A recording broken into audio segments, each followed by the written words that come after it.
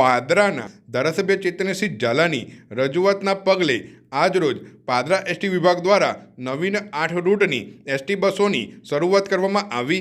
આ પ્રસંગે પાદરા એસટી વિભાગના મેનેજર, ડ્રાઈવર, કંડક્ટરો સહિતના સ્ટાફ અને વિદ્યાર્થીઓ ખાસ હાજર રહ્યા હતા। નવીન 8 જેટલા બસોની અલગ અલગ રૂટોને આજરોજથી રવાના કરવામાં આવી હતી। ખાસ કરીને ગંભીરા બ્રિજ દુર્ઘટના બાદ પાદરા અને આણંદ વચ્ચેનો સંપર્ક તૂટી ગયો હતો।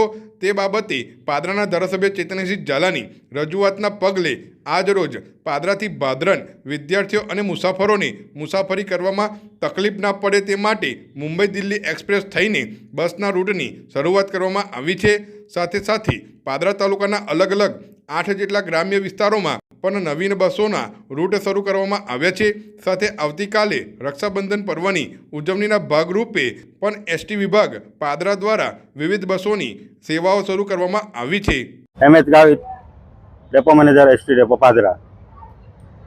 आज रोज हमारा माननीय धारासभ्य साहेब श्रीना सूचना अनुसार અને એમની રજૂઆત અન્વયે અમે પાદરા ડેપો ખાતેથી પાદરા, માસા રોડ, આણંદ અને પાદરા